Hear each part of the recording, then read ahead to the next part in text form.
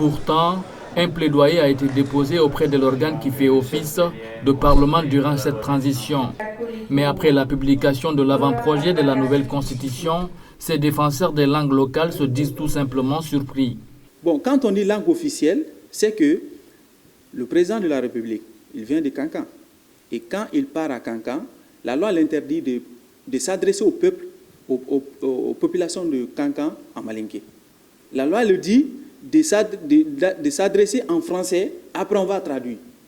Est-ce que cela ne doit pas choquer les gens?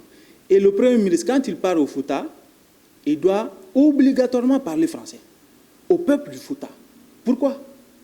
Dans notre propre pays, on ne demande pas que le français soit... On enlève le français comme langue officielle, non. On en a besoin aussi, c'est vrai. Aux yeux de ces promoteurs des langues nationales, ce n'est pas l'avant-projet en question qui pose problème, mais plutôt la non-prise en compte des langues guinéennes.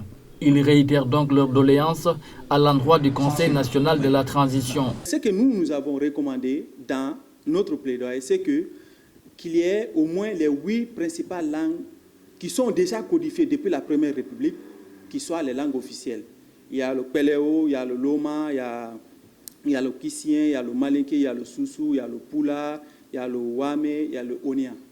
Tout ce que nous demandons, c'est que nos langues-là soient au même titre que le français, langue officielle.